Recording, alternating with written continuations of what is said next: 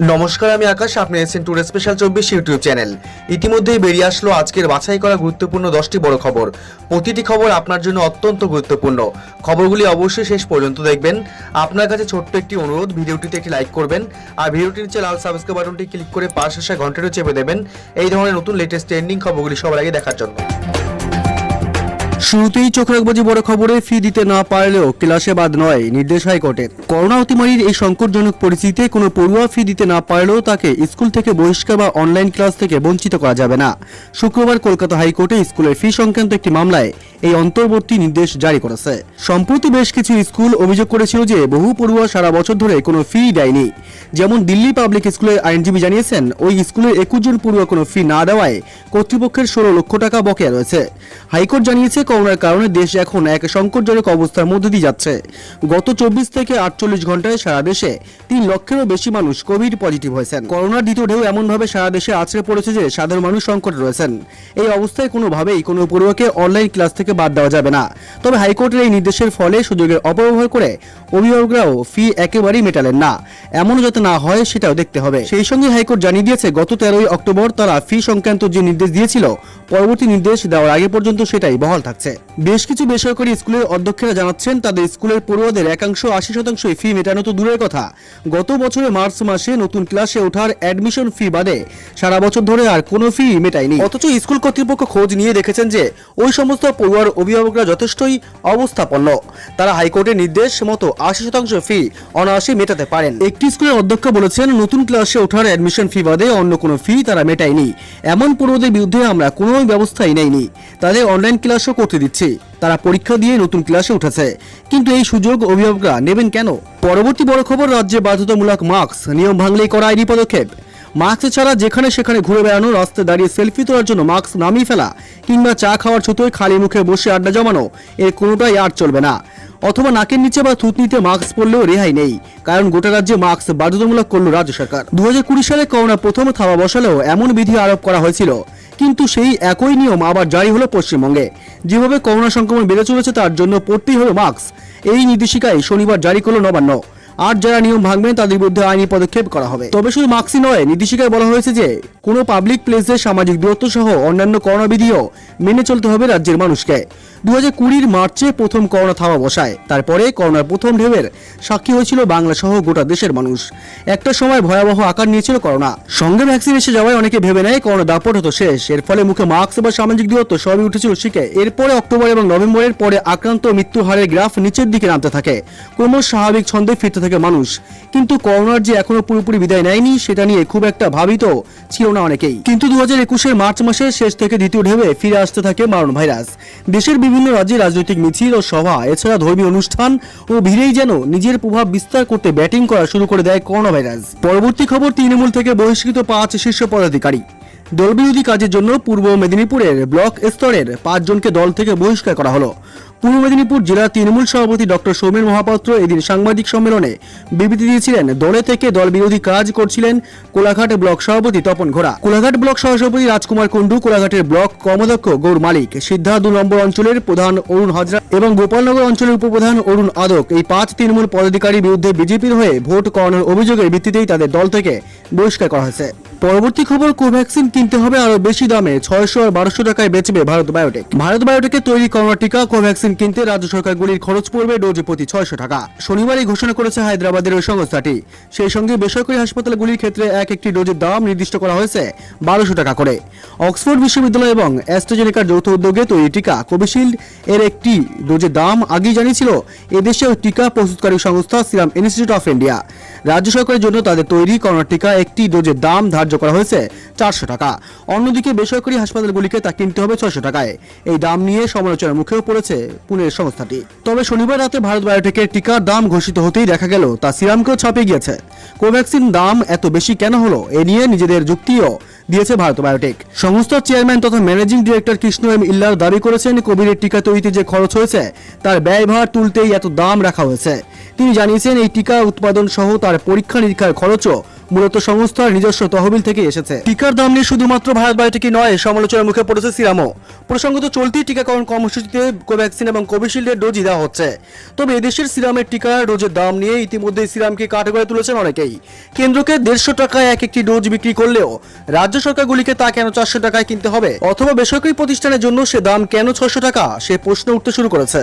যদিও সিরামের শীর্ষকর্তা আদার পুনওয়ালার মন্তব্য, এই মুহূর্তে যে দুটি টিকা ভারতে ব্যবহার করা হচ্ছে তার মধ্যে কোভিশিল্ডই সবচেয়ে সস্তা। তার আরও যুক্তি, বেসরকারি হাসপাতালে অত্যন্ত নগণ্য সংখ্যক টিকা বিক্রি করা হবে। সেই সঙ্গে কোভিড বা অন্যান্য মারণ রোগের টিকা অথবা চিকিৎসার খরচের তুলনায় এই দাম এখনও অনেক কম। পরবর্তী খবর, কোভিড চিকিৎসায় 60% বেড বাধ্যতামূলক, বেসরকারি হাসপাতালের জন্য জারি একগুচ্ছ নির্দেশিকা। করোনার পরিস্থিতিতে দেশে অক্সিজেন ও হাসপাতালে শয্যার সংকট, শ্বাসবায়ুর অভাবে মৃত্যু হচ্ছে বহু কোভিড আক্রান্তের, মিলছে না হাসপাতালে বেডও। এমন পরিস্থিতিতে শনিবার রাজ্য স্বাস্থ্য দপ্তর একগুচ্ছ নির্দেশ দিল। একদিকে যেমন বেসরকারি হাসপাতাল ও নার্সিংহোমগুলিকে সংরক্ষিত বেড সংখ্যা না কমানোর নির্দেশ দেওয়া হয়েছে, তেমনই অক্সিজেন সরবরাহ নিয়ে কঠোর সিদ্ধান্ত নেওয়া হয়েছে। কি জানিয়েছে স্বাস্থ্য কমিশন? বেসরকারি হাসপাতাল, নার্সিংহোমের 60% শয্যা কোভিড চিকিৎসার জন্য সংরক্ষিত রাখতে হবে। বেসরকারি হাসপাতাল ও নার্সিংহোমগুলিকে সংরক্ষিত বেড সংখ্যা কমানো যাবে না। কোভিডে আক্রান্তদের মৃত্যু হলে পুরসভা থানার মধ্যে সমন্বয় রেখে তাদের সৎকার হবে সম্পূর্ণ নিখরচায়। বাড়িতে মৃত্যু হলে পুরসভায় গাড়ি দেহ নিয়ে গিয়ে সৎকারের ব্যবস্থা করবে, তবে গাড়ি বা সৎকারের দরুন কোনো খরচ লাগবে না। বেসরকারি হাসপাতালে মৃত্যু হলে মৃতদেহ বহনকারী ভ্যানকে এতদিন 5000 টাকা দিতে হতো, এবার থেকে সেই খরচ কমিয়ে করা হলো 3000 টাকা। এই খরচ বহন করবে পরিবার। এই মুহূর্তে আমাদের রাজ্যে প্রতিদিন 223 মেট্রিক টন অক্সিজেন প্রয়োজন হচ্ছে। দৈনিক উৎপাদন হচ্ছে 279 মেট্রিক টন অক্সিজেন। উদ্বৃত্ত অক্সিজেন চেয়েছে কেন্দ্রীয় সরকার, কিন্তু রাজ্যের যুক্তি, প্রতিদিন কোভিড আক্রান্তের সংখ্যা বাড়ছে, এর মধ্যে উদ্বৃত্ত অক্সিজেন দেওয়া সম্ভব নয়। পাল্টা কেন্দ্র জানিয়েছে ঝাড়খণ্ড থেকে 85 মেট্রিক টন অক্সিজেন রাজ্যকে দেওয়া হবে, কিন্তু সেই শর্তে রাজি নয় বাংলা। স্বাস্থ্য কমিশনের দাবি, রাজ্যে উদ্বৃত্ত অক্সিজেন রাজ্যেই থাকুক। দেশজুড়ে অক্সিজেনের সংকটের মধ্যে 50,000 মেট্রিক টন অক্সিজেন আমদানি করছে কেন্দ্র, এর 10% অক্সিজেন চেয়েছে রাজ্য। অক্সিজেন পাওয়ার ক্ষেত্রে কোভিড রোগীর অগ্রাধিকার পাবেন, সেক্ষেত্রে চিকিৎসকদের প্রেসক্রিপশন থাকা বাধ্যতামূলক। পরবর্তী খবর, দ্বিতীয়বার করোনা আক্রান্ত হলেন বাবুল সুপ্রিয়, আসানসোলে ভোট দিতে পারবেন না বিজেপি প্রার্থী। গত বছর করোনা থাবা বসিয়েছিল বাবুল সুপ্রিয়র শরীরে, আইসোলেশনে থেকেই সুস্থ হয়ে উঠেছিলেন। করোনার দ্বিতীয় ঢেউ আছড়ে পড়তে ফের কোভিড পজিটিভ টালিগঞ্জের বিজেপি প্রার্থী বাবুল সুপ্রিয়। টুইট করে নিজেই জানিয়েছেন দুঃসংবাদ, তবে তিনি একা নন, সংক্রমিত তার স্ত্রীও। রবিবারে টুইটারে কেন্দ্রীয় মন্ত্রী লেখেন, দ্বিতীয়বার আমি আর আমার স্ত্রী করোনা আক্রান্ত হলাম। অত্যন্ত দুঃখের সঙ্গে জানাচ্ছি, আমি আসানসোলে ভোট দিতে যেতে পারছি না। 26 এপ্রিল আসানসোলের রাস্তায় নেমে ভোট প্রক্রিয়া দেখার প্রয়োজন ছিল, কারণ তৃণমূলের গুন্ডারা নির্বিঘ্ন ও স্বচ্ছ ভোট দিতে দেবে না, মেশিন খারাপ করার চেষ্টা করবে, এমনই মন্তব্য করেছিলেন বাবুল সুপ্রিয়। কিন্তু চিকিৎসকের পরামর্শে বাড়িতে থাকতে হবে, তবে টিএমসির সন্ত্রাসকে 2014 সাল থেকে সামনে আসছি। এবার বাড়ি বসেই নিজের কর্তব্য পালন করব আর মানসিকভাবে প্রার্থীর পাশেই থাকব। পশ্চিম বর্ধমানে যাতে নয় হয় তা নিশ্চিত করবই। অর্থাৎ বাবুল বুঝিয়ে দিলেন, তিনি মারণ ভাইরাসে আক্রান্ত হলেও আসানসোলের ভোট বাক্সে তার কোনো প্রভাব পড়বে না। গত বছর অগস্টে হোম আইসোলেশনে থাকাকালীন মেয়ের থেকে দূরে থাকার কষ্ট ব্যক্ত করেছিলেন বাবুল সুপ্রিয়। বাড়িতে থেকেও মেয়ের থেকে দূরে থাকতে হয়েছিল বলে মন খারাপ ছিল তার। ভোট মরশুমে এবারও তার জীবনে বিভীষিকার দিন ফিরল। পরবর্তী বড় খবর, অক্সিজেন সরবরাহ বাড়াতে চালু হবে 551টি প্ল্যান্ট, অর্থের যোগান দেবে পিএম কেয়ার্স। প্রধানমন্ত্রী নরেন্দ্র মোদীর নির্দেশে মেডিকেল অক্সিজেন উৎপাদনের লক্ষ্যে ইনস্টল করা হবে 551টি প্রেসার সুই অ্যাবসারভেশন মেডিকেল অক্সিজেন জেনারেশন প্ল্যান্ট। আর এই প্ল্যান্টগুলি ইনস্টল করার উদ্দেশ্যে অর্থের যোগান দেবে পিএম কেয়ার্স ফান্ড। এদিন প্রধানমন্ত্রী দপ্তর থেকে এমনই ঘোষণা করা হয়েছে। প্রধানমন্ত্রী দপ্তর থেকে আরো জানানো হয়েছে, প্রধানমন্ত্রী নির্দেশ দিয়েছেন যত দ্রুত সম্ভব এই অক্সিজেন প্ল্যান্টগুলিতে উৎপাদন শুরু করাতে হবে। এই প্ল্যান্টগুলি বিভিন্ন রাজ্যের জেলাগুলির হেডকোয়ার্টারে অবস্থিত সরকারি হাসপাতালে ইনস্টল করা হবে। এই প্ল্যান্ট ইনস্টল করা হবে পিএম কেয়ারের মাধ্যমে এবং সেখান থেকে কেন্দ্রীয় স্বাস্থ্য মন্ত্রক অক্সিজেন নিয়ে সরবরাহ করবে। দেশে করোনা ভাইরাসে আক্রান্তের সংখ্যা দিন দিন বাড়ছে, দৈনিক প্রায় 3.5 লক্ষের কাছাকাছি সংক্রমণ হচ্ছে দেশে। সেই সঙ্গে অক্সিজেনের অভাব তৈরি হয়েছে দেশের বিভিন্ন প্রান্তে। অক্সিজেন না পেয়ে মানুষ মারা যাচ্ছেন।